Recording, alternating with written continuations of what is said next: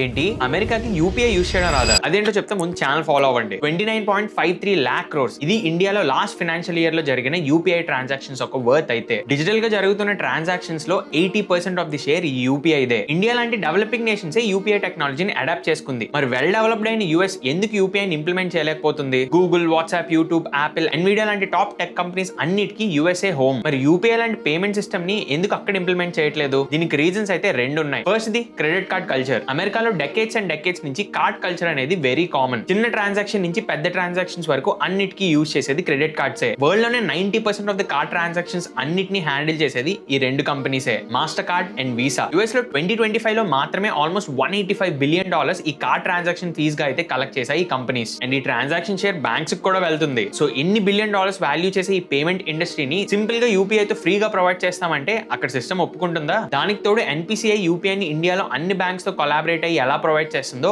అలా యూఎస్ లో ప్రొవైడ్ చేయడానికి ఒక సెంట్రలైజ్డ్ బ్యాంకింగ్ సిస్టమ్ అయితే లేదు. ప్రతి బ్యాంక్ ఒక సెక్యూరిటీ అండ్ టర్మ్స్ డిఫరెంట్ గా అయితే ఉంటాయి. సో అందుకే యాపిల్ పే, వెన్మో లాంటి యాప్స్ యూఎస్ లో ఉన్నా కూడా వాటితో వాలెట్ బేస్డ్ ట్రాన్సాక్షన్స్ చేయొచ్చు, కానీ బ్యాంక్ ని లింక్ చేసి యూపీఐ లో అయితే ట్రాన్సాక్షన్స్ చేయలేం. దీని వల్ల యూఎస్ లో ఇంకా యూపీఐ అయితే ఇంప్లిమెంట్ చేయలేకపోతున్నారు. ఇంతకీ మీరు ఎక్కువ క్రెడిట్ కార్డ్స్ ని యూస్ చేస్తారా లేదా యూపీఐ ని యూస్ చేస్తారా? కామెంట్ చేయండి. అండ్ వెళ్లే ముందు అసెట్ ని సబ్స్క్రైబ్ చేసుకోండి.